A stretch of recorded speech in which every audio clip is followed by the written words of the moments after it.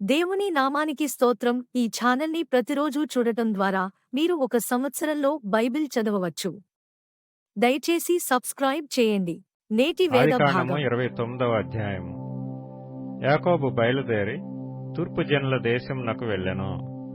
అతడు చూచినప్పుడు పొలములో ఒక బావి కనపడెను. అక్కడ దాని యొద్ద గొర్రెల మందలు 3 పండుకొని ఉండెను. కాపరులు మందలకు ఆ బావి నీళ్లు పెట్టుదురు. ఒక పెద్ద రాయి ఆ బావి మీద మూత వేసి ఉండెను. అక్కడికి మందలన్నీ కూడి వచ్చునప్పుడు బావి మీద నుండి ఆ రాతిని పొర్లించి గొర్రెలకు నీళ్లు పెట్టి తిరిగి బావి మీద రాతిని దాని చోట నుంచుదురు. యాకోబు వారిని చూచి, అన్నలారా, మీరెక్కడి వారని అడగగా వారు, మేము హారాను వారమనిరి. అతడు, నాహోరు కుమారుడగు లాబానును మీరెరుగుదురా అని వారిని అడగగా వారు, ఎరుగుదుమన్రి. మరియు అతడు క్షేమంగా ఉన్నాడా అని అడుగగా వారు, క్షేమముగానే ఉన్నాడు. ఇదిగో అతని కుమార్తె అయిన రాహేలు గొర్రెల వెంట వచ్చుచున్నదని చెప్పిరి. అతడు, ఇదిగో ఇంకా చాలా ప్రొద్దు ఉన్నది, పశువులను పోగు చేయి వేళ కాలేదు, గొర్రెలకు నీళ్లు పెట్టి పోయి వాటిని మేపుడని చెప్పగా వారు, మందలన్నీ పోగు కాక మునుపు అది మా వలన కాదు. తరువాత బావి మీద నుండి రాయి పొర్లించుదురు, అప్పుడే మేము గొర్రెలకు నీళ్లు పెట్టుదుమన్రి. అతడు వారితో ఇంకా మాట్లాడుచుండగా రాహేలు తన తండ్రి గొర్రెల మందను తోలుకొని వచ్చెను. ఆమె వాటిని మేపునది. యాకోబు తన తల్లి సహోదరుడైన లాబాను కుమార్తెయగు రాహేలును తన తల్లి సహోదరుడగు లాబాను గొర్రెలను చూచినప్పుడు అతడు దగ్గరకు వెళ్లి బావి మీద నుండి రాతిని పొర్లించి తన తల్లి సహోదరుడగు లాబాను గొర్రెలకు నీళ్లు పెట్టెను. యాకోబు రాహేలును ముద్దు పెట్టుకొని ఎలుగెత్తి ఏడ్చెను.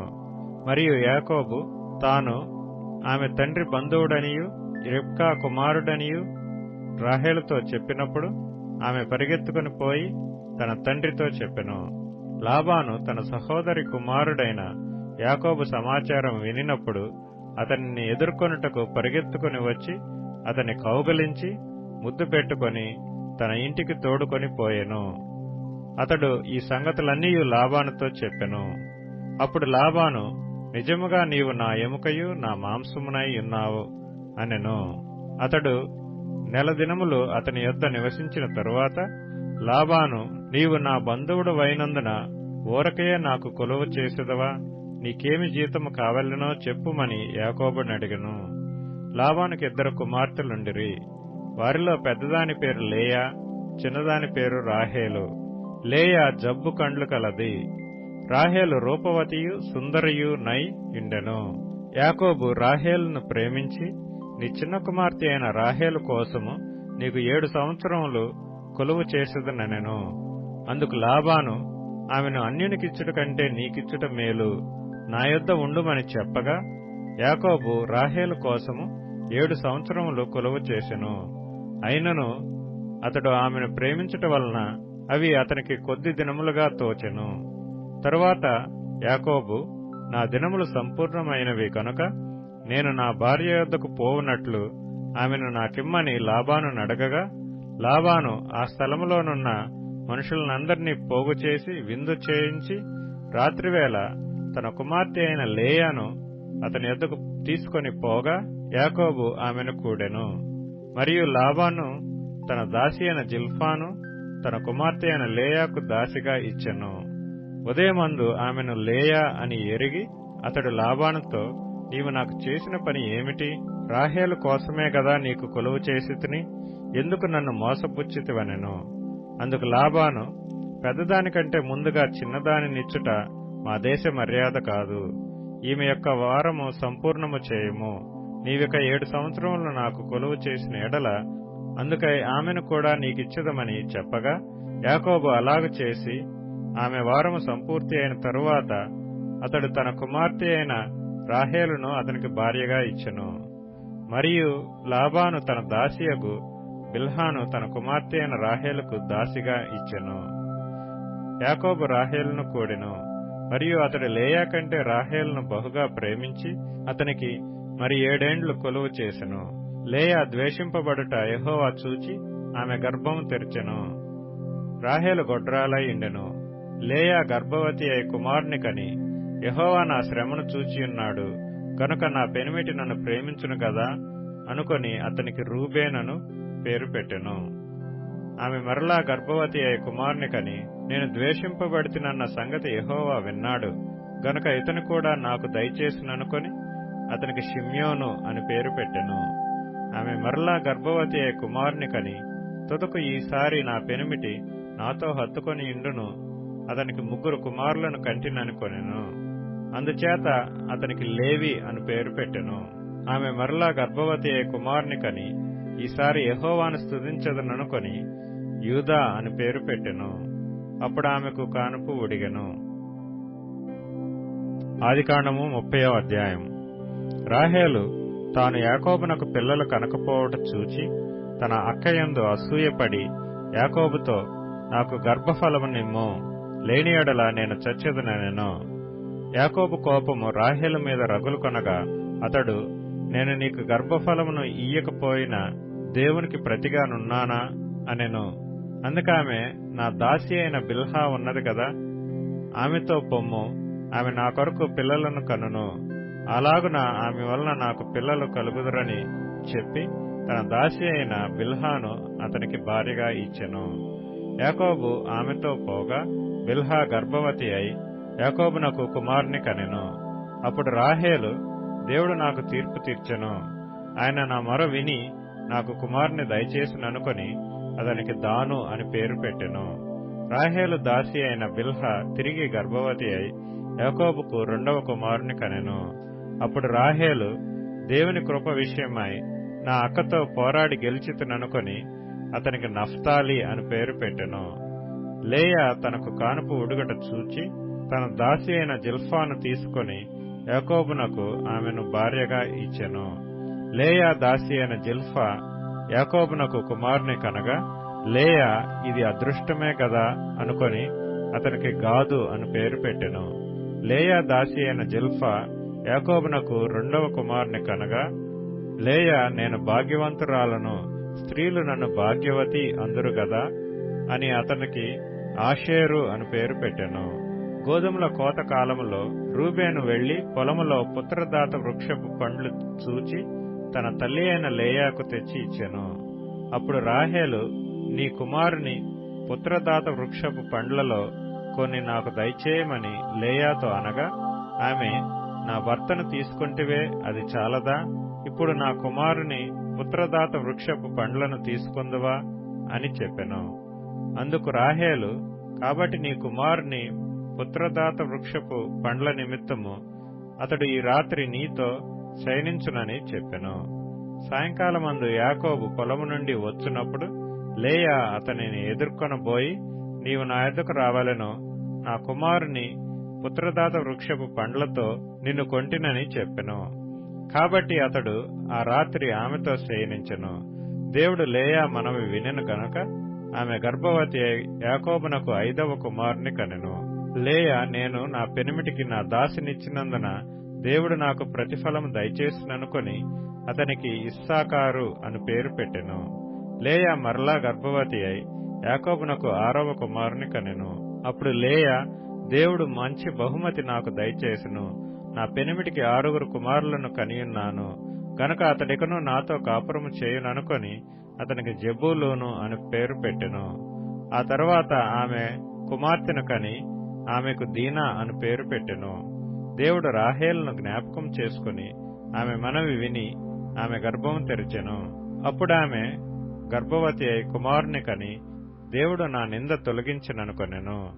మరియు ఆమె, యెహోవా మరియొక కుమారుని నాకు దయచేయునుగాక అనుకొని అతనికి ఏసేపు అని పేరు పెట్టెను.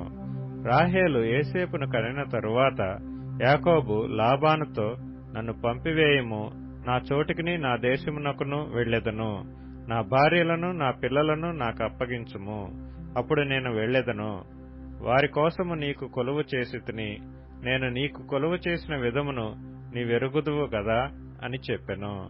అందుకు లాబాను అతనితో, నీ కటాక్షము నా మీదనున్న ఎడల నా మాట వినుము, నిన్ను బట్టి యెహోవా నన్ను ఆశీర్వదించునని శకునము చూచి తెలుసుకొంటినని చెప్పెను. మరియు అతడు, నీ జీతం ఎంతయని నాతో స్పష్టముగా చెప్పుము, అది ఇచ్చేదనెను. అందుకు యాకోబు అతని చూచి, నేను నీకెట్లు కొలువు చేస్తునో, నీ మందలు నా యొద్ద ఎట్లుండెనో అది నీకు తెలియను. నేను రాకమునుపు నీకుండినది కొంచెమే, అయితే అది బహుగా అభివృద్ధి పొందెను. నేను పాదం పెట్టిన చోటెల్లా యెహోవా నిన్ను ఆశీర్వదించెను. నేను నా ఇంటివారి కొరకు ఎప్పుడూ సంపాద్యము చేసుకొందునెను. అప్పుడు అతడు, నేను నీకేమి ఇయ్యవలెనని అడిగినందుకు యాకోబు, నీవు నాకేమీయూ ఇయ్యవద్దు. నీవు నా కొరకు ఈ విధముగా చేసిన యెడల నేను తిరిగి నీ మందను మేపి కాచెదను. నేడు నేను నీ మంద అంతటిలో నడిచి చూచి, పొడలైనను మచ్చలైనను గల ప్రతి గొర్రెను, గొర్రె పిల్లలలో నల్లని ప్రతి దానిని, మేకలలో మచ్చలైనను పొడలైనను గల వాటిని వేరుపరచెదను. అట్టివి నాకు జీతమగును. ఇక మీదట నాకు రావలసిన జీతమును గూర్చి నీవు చూడవచ్చినప్పుడు నా న్యాయ ప్రవర్తనయే నాకు సాక్ష్యమగును. మేకలలో పొడలైనను మచ్చలైనను లేనివన్నీయు, గొర్రె పిల్లలలో నలుపు లేనివన్నీయు నా యొద్దనున్న ఎడల నేను దొంగిలించుతునని చెప్పవచ్చునెను. అందుకు లాబాను, మంచిది, నీ మాట చొప్పుననే కానిమ్మనెను. ఆ దినమున లాబాను చారయైనను మచ్చయైనను గల మేకపోతులను, పొడలైనను మచ్చలైనను గల పెంటి మేకలన్నిటినీ, కొంచెము తెలుపు గల ప్రతి దానిని, గొర్రెపిల్లలలో నల్లవాటినన్నిటినీ వేరుచేసి తన కుమారుల చేతికి అప్పగించి తనకును యాకోబునకును మధ్య 3 దినముల ప్రయాణమంత దూరం పెట్టెను. లాబాను యొక్క మిగిలిన మందను యాకోబు మేపుచుండెను. యాకోబు చినారు జంగిసాలు అను చెట్ల చువ్వలను తీసుకొని ఆ చువ్వలలో తెల్లచారలు కనబడినట్లు అక్కడక్కడ వాటికి తొక్కలు ఒలిచి, మందలు నీళ్లు త్రాగ వచ్చినప్పుడు అవి చూలు కట్టుటకు అతడు తాను ఒలిచిన చువ్వలను మందలు త్రాగుటకు వచ్చు కాలవలలోను నీళ్ల గాళ్లలోనూ వాటి ఎదుట పెట్టగా, మందలు ఆ చువ్వల ఎదుట చూలు కట్టి చారలైనను పొడలైనను మచ్చలైనను గల పిల్లలను ఈనెను. యాకోబు ఈ గొర్రె పిల్లలను వేరుచేసి చారలు గల వాటి తట్టును, లాబాను మందలలో నల్లని వాటి తట్టును, మందల ముఖములు త్రిప్పి తన మందలను లాబాను మందలతో నుంచక వాటిని వేరుగా నుంచెను. మందలో బలమైనవి చూలు కట్టినప్పుడెల్లను అవి ఆ చువ్వల ఎదుట చూలు కట్టునట్లు యాకోబు మంద కన్నుల ఎదుట కాలవలలో ఆ చువ్వలు పెట్టెను. మంద బలహీనమైనప్పుడు పెట్టలేదు. అట్లు బలహీనమైనవి లాబానుకును బలమైనవి యాకోబునకును వచ్చెను. ఆ ప్రకారము ఆ మనుష్యుడు అత్యధికముగా అభివృద్ధి పొంది విస్తారమైన మందలు, దాసీలు, దాసులు, ఒంటెలు, గాడిదలు గలవాడాయను. మార్కు సువార్త 1వ అధ్యాయం. దేవుని కుమారుడైన యేసుక్రీస్తు సువార్త ప్రారంభము. ఇదిగో, నా దూతను నీకు ముందుగా పంపుచున్నాను. అతడు నీ మార్గము సిద్ధపరచును. ప్రభువు మార్గము సిద్ధపరచుడి, ఆయన త్రోవలు సరళము చేయుడని అరణ్యములో కేకవేయుచున్న ఒకని శబ్దము అని ప్రవక్తయైన యెషయా చేత వ్రాయబడినట్టు బాప్తిస్మమిచ్చు యోహాను అరణ్యములో ఉండి పాపక్షమాపణ నిమిత్తము మారుమనస్సు విషయమైన బాప్తిస్మము ప్రకటించుచూ వచ్చెను. అంతటా యూదయ దేశస్థులందరును యెరూషలేము వారందరును బయలుదేరి అతని యొద్దకు వచ్చి తమ పాపములను ఒప్పుకొనుచు యోర్దాను నదిలో అతని చేత బాప్తిస్మము పొందుచుండిరి. యోహాను ఒంటె రోమముల వస్త్రమును మొలచుట్టు తోలుదట్టియు ధరించుకొనువాడు, అడవి తేనెను మిడతలను తినువాడు. మరియు అతడు, నాకంటే శక్తిమంతుడొకడు నా వెనుక వచ్చుచున్నాడు, నేను వంగి ఆయన చెప్పుల వారును విప్పుటకు పాత్రుడను కాను. నేను నీళ్లలో మీకు బాప్తిస్మమిచ్చితిని గాని ఆయన పరిశుద్ధాత్మలో మీకు బాప్తిస్మమిచ్చునని చెప్పి ప్రకటించుచుండెను. ఆ దినములలో యేసు గలిలయలోని నజరేతు నుండి వచ్చి యోర్దానులో యోహాను చేత బాప్తిస్మము పొందెను. వెంటనే ఆయన నీళ్లలో నుండి ఒడ్డునకు వచ్చుచుండగా ఆకాశము చీల్చబడుటయు పరిశుద్ధాత్మ పావురము వలె తన మీదికి దిగివచ్చుటయు చూచెను. మరియు నీవు నా ప్రియకుమారుడవు, నీయందు నేనానందించుచున్నానని ఒక శబ్దము ఆకాశము నుండి వచ్చెను. వెంటనే పరిశుద్ధాత్మ ఆయనను అరణ్యములోనికి త్రోసికొని పోయెను. ఆయన సాతాను చేత శోధింపబడుచు అరణ్యములో 40 దినములు అడవి మృగములతో కూడా నుండెను. మరియు దేవదూతలు ఆయనకు పరిచర్య చేయుచుండిరి. యోహాను చెరపట్టబడిన తరువాత యేసు, కాలము సంపూర్ణమయ్యున్నది, దేవుని రాజ్యము సమీపించియున్నది, మారుమనస్సు పొంది సువార్త నమ్ముడని చెప్పుచు దేవుని సువార్త ప్రకటించుచు గలిలయకు వచ్చెను. ఆయన గలిలయ సముద్ర తీరమున వెలుచుండగా సీమోను సహోదరుడగు ఆంద్రెయయు సముద్రములో వలవేయుట చూచెను. వారు జాలరులు. యేసు, నా వెంబటి రండి, నేను మిమ్మును మనుష్యులను పట్టు జాలరులనుగా చేసెదనని వారితో చెప్పెను. వెంటనే వారు తమ వలలు విడిచి ఆయనను వెంబడించిరి. ఆయన ఇంకా కొంత దూరము వెళ్లి జెబెదయి కుమారుడగు యాకోబును అతని సహోదరుడగు యోహానును చూచెను. వారు దోణిలో ఉండి తమ వలలు బాగు చేసుకొనుచుండిరి. వెంటనే ఆయన వారిని పిలువగా వారు తమ తండ్రి అయిన జెబెదయిని దోణిలో జీతగాండ్రుల యొద్ద విడిచిపెట్టి ఆయనను వెంబడించిరి. అంతట వారు కపెర్నహూములోనికి వెళ్ళిరి. వెంటనే ఆయన విశ్రాంతి దినమున సమాజ మందిరములోనికి పోయి బోధించెను.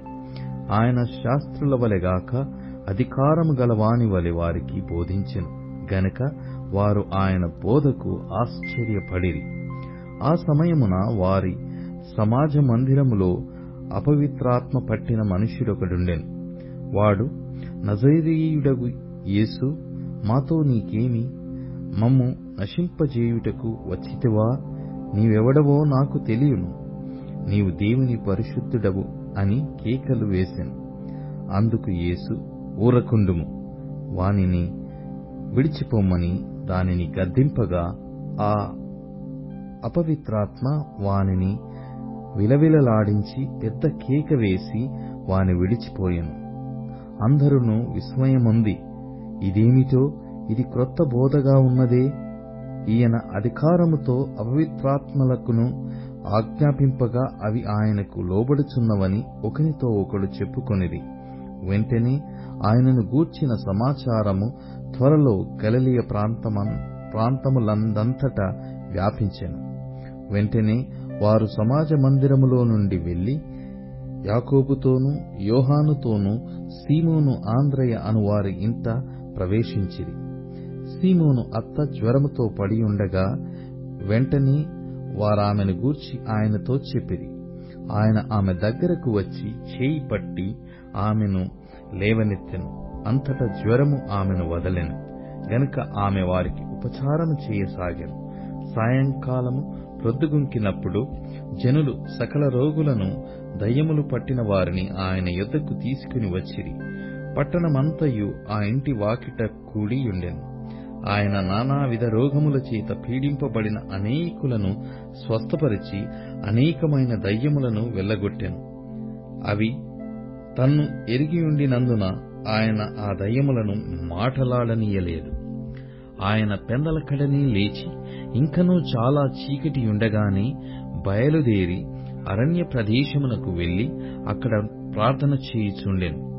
సీమోనును అతనితో కూడనున్న వారును ఆయనను వెదుకుచూ వెళ్లి ఆయనను కనుగొని, అందరూ నిన్ను వెదుకుచున్నారని ఆయనతో చెప్పగా, ఆయన, ఇతర సమీప గ్రామములలోనూ నేను ప్రకటించున్నట్లు వెళ్ళుదము రండి. ఇందు నిమిత్తమే గదా నేను బయలుదేరి వచ్చితినని వారితో చెప్పెను. ఆయన గలిలయయందంతటా వారి సమాజ మందిరములలో ప్రకటించుచు దయ్యములను వెళ్లగొట్టుచు నుండెను. ఒక కుష్ఠరోగి ఆయన యొద్దకు వచ్చి ఆయన ఎదుట మోకాళ్ళూని, నీకిష్టమైతే నన్ను శుద్ధినిగా చేయగలవని ఆయనతో చెప్పి ఆయనను వేడుకొనగా, ఆయన కనికరపడి చేయి చాపి వానిని ముట్టి, నాకిష్టమే, నీవు శుద్ధుడవు కమ్మని వానితో చెప్పెను.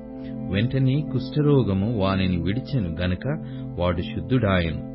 అప్పుడాయన, ఎవనితోనూ ఏమీయూ చెప్పకు సుమీ, కాని నీవు వెళ్లి వారికి సాక్షార్థమై నీ దేహమును యాజకునికి కనపరుచుకుని, నీవు శుద్ధుడవైనందునకు మోషే నియమించిన కానుకలను సమర్పించుమని వానికి ఖండితముగా ఆజ్ఞాపించి వెంటనే వానిని పంపివేశెను.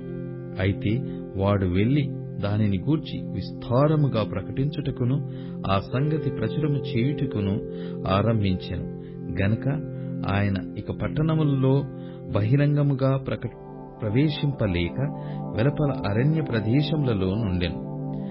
నలుదిక్కుల నుండి జనులు ఆయన యొద్దకు వచ్చుచుండిరి.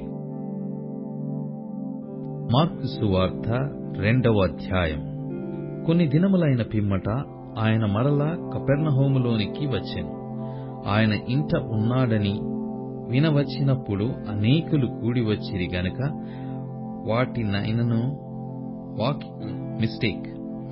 వాకిటనైనను వారికి స్థలము లేకపోయెను. ఆయన వారికి వాక్యము బోధించుచుండగా కొందరు పక్షవాయువు గల ఒక మనుష్యుని 4 చేత మోయించుకుని ఆయన యొద్దకు తీసుకుని వచ్చిరి.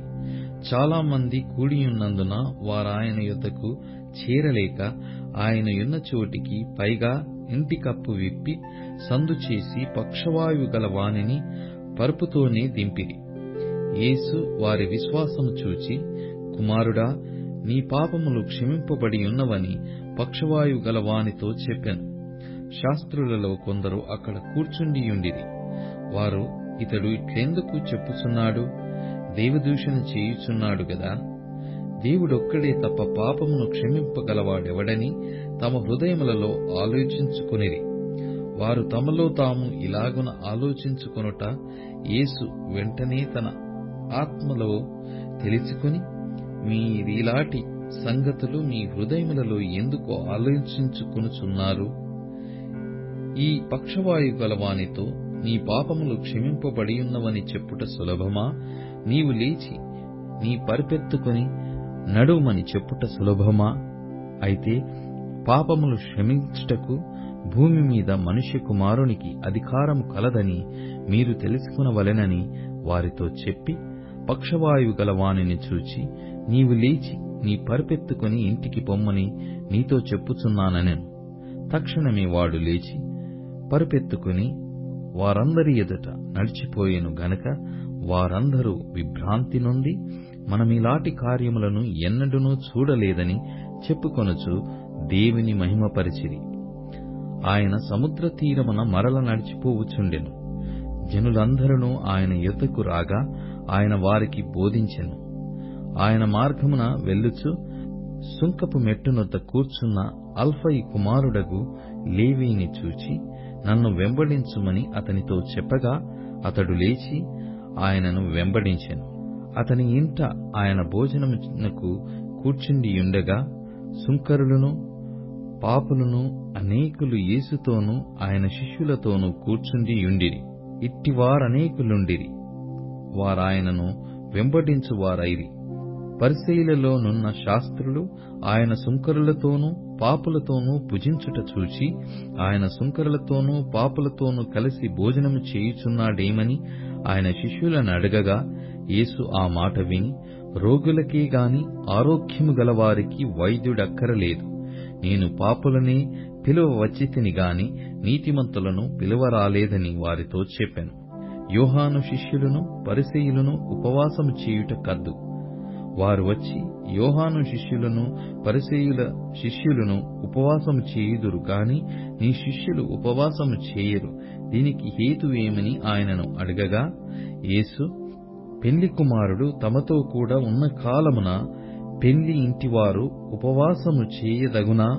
పెళ్లి కుమారుడు తమతో కూడా ఉన్నంత కాలము ఉపవాసము చేయదగదు కాని పెళ్లి కుమారుడు వారి యుద్ధ నుండి కొనిపోబడు దినములు వచ్చును. ఆ దినములలోనే వారు ఉపవాసము చేతురు. ఎన్నడును పాతబట్టకు క్రొత్త గుడ్డ మాసిక వేయుడు. వేసిన ఎడల ఆ క్రొత్త మాసిక పాతబట్టను వెలితిపరచును, చినుగు మరి ఎక్కువగును. ఎవడను పాత తిత్తులలో క్రొత్త ద్రాక్షారసము పోయడు. పోసిన ఎడల ద్రాక్షారసము ఆ తిత్తులను పిగుల్చును, రసమును తిత్తులను చెడును. అయితే క్రొత్త ద్రాక్షారసము క్రొత్త తిత్తులలో పోయవలెనని చెప్పెను. మరియు ఆయన విశ్రాంతి దినమున పంట చేలలో బడి వెలుచుండగా శిష్యులు మార్గమున సాగిపోవచ్చు వెన్నులు త్రుంచుచూ ఉండిరి. అందుకు పరిసయ్యులు, చూడుము, విశ్రాంతి దినమున చేయగూడనిది వారెలాగు చేయుచున్నారని ఆయననడిగిరి. అందుకు ఆయన వారితో ఇట్లనెను, తానును తనతో కూడనున్నవారును ఆకలిగొని నందున దావీదునకు అవసరము వచ్చినప్పుడు అతడు చేసినది మీరెన్నడూనూ చదవలేదా? అబ్యాతారు ప్రధాన యాజకుడయ్యుండగా దేవమందిరములోనికి వెళ్లి యాజకులే గాని ఇతరులు తినకూడని సముఖపు రొట్టెలు తాను తిని తనతో కూడా ఉన్న వారికిచ్చెను గదా అని చెప్పెను. మరియు విశ్రాంతి దినము మనుషుల కొరకే నియమింపబడెను గాని మనుష్యులు విశ్రాంతి దినము కొరకు నియమింపబడలేదు. అందువలన మనుష్య కుమారుడు విశ్రాంతి దినమునకును ప్రభువై ఉన్నాడని వారితో చెప్పెను. కీర్తనల గ్రంథం 15వ కీర్తన. యెహోవా నీ గుడారములో అతిథిగా ఉండదగిన వాడెవడు? నీ పరిశుద్ధ పర్వతము మీద నివసింపదగిన వాడెవడు? యథార్థమైన ప్రవర్తన కలిగి నీతిననుసరించుచు హృదయపూర్వకముగా నిజము పలుకువాడే. అట్టివాడు నాలుకతో కొండెములాడడు, తన చెలికానికి కీడు చేయడు, తన పొరుగువాని మీద నింద మోపడు. అతని దృష్టికి నీచుడు అసహ్యుడు. అతడు యెహోవాయందు భయభక్తులు గలవారిని సన్మానించును. అతడు ప్రయాణము చేయగా నష్టము కలిగినను మాట తప్పడు. తన ద్రవ్యము వడ్డీకియ్యడు. నిరపరాధిని చెరుపుటకై లంచము పుచ్చుకొనడు. ఈ ప్రకారము చేయువాడు ఎన్నడూనూ కదల్చబడడు.